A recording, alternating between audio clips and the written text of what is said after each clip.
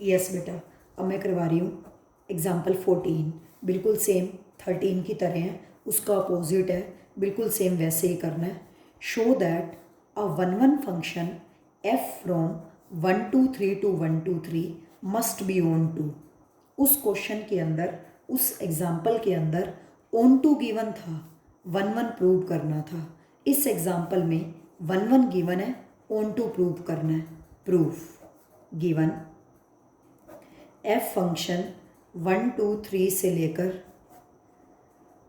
1 2 3 तक 1 1 गिवन है। हमें प्रूव करना है कि ये ऑन टू है। To prove this function f is on to, again we will prove this question by contradiction method. Same, हमें प्रूव करना है ऑन टू है, जो प्रूव करना होता है उसके अपोजिट मान लेते हैं। लेट अस सपोज दैट और let us assume that given function f is not onto. ठीक है, हमें ये तो दे रखा है, ये फंक्शन 1 2 3 से लेकर 1 2 3 तक है, लेकिन ये नहीं बता रखा 1 की इमेज क्या है, 2 की इमेज क्या है और 3 की इमेज क्या है। ठीक है, चलिए हमने सपोज कर लिया जो गिवन प्रूव करना था ऑन टू है, सॉरी जो प्रूव करना था कि फंक्शन ऑन टू है, हमने एज्यूम कर लिया कॉन्ट्राडिक्शन मेथड से जो प्रूव करना था उसके अपोजिट मैंने मान लिया कि ये ऑन टू नहीं है। गिवन चीज़ के कॉन्ट्राडिक्ट कर देंगे। जो मैंने बोला कि फंक्शन ऑन टू नहीं है और जो मैंने लिखा कि फंक्शन ऑन टू नहीं है, इसको मैं डायग्राम में शो करने जा रही हूँ। एफ फंक्शन 1 2 3 से लेकर 1 2 3 तक है, हमने ये माना है ना कि ऑन टू नहीं है, इसी को डायग्राम में शो कर रही हूँ। बिल्कुल सेम वही डायग्राम बनेगा। 2 की 1 इधर खाली छोड़ दिया, इधर अगर मैंने 3 की 3 3 की 3 कर दी फिर तो कोई इधर खाली छूटेगा ही नहीं, फिर तो ऑन टू हो जाएगा। लेकिन हमें तो डायग्राम में ये शो करना है कि ऑन टू नहीं है, तो मैंने इधर खाली छोड़ दिया, 3 की प्री इमेज इधर प्रेजेंट नहीं है।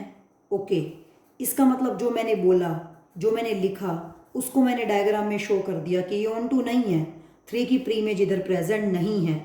लेकिन क्लियरली फ्रॉम द डायग्राम अगर ये ऑन टू नहीं है तो ये 1 1 ही नहीं है, 1 1 भी नहीं है, क्योंकि 2 की 1 आ गई।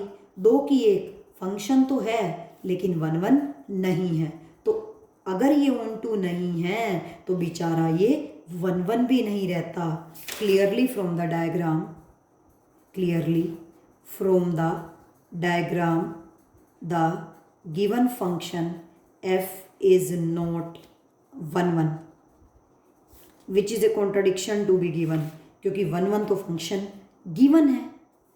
यहाँ कह रहे हैं फंक्शन 1 1 गिवन है और यहाँ पे कह रहे हैं कि फंक्शन 1 1 नहीं है, which is a contradiction to be given, contradiction to be given. This contradiction shows that our supposition was wrong.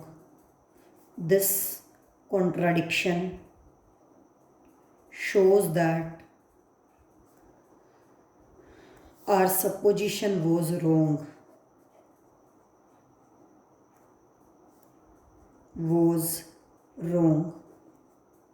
This implies the given function f must be, इसलिए फंक्शन f को 1 1 होना चाहिए।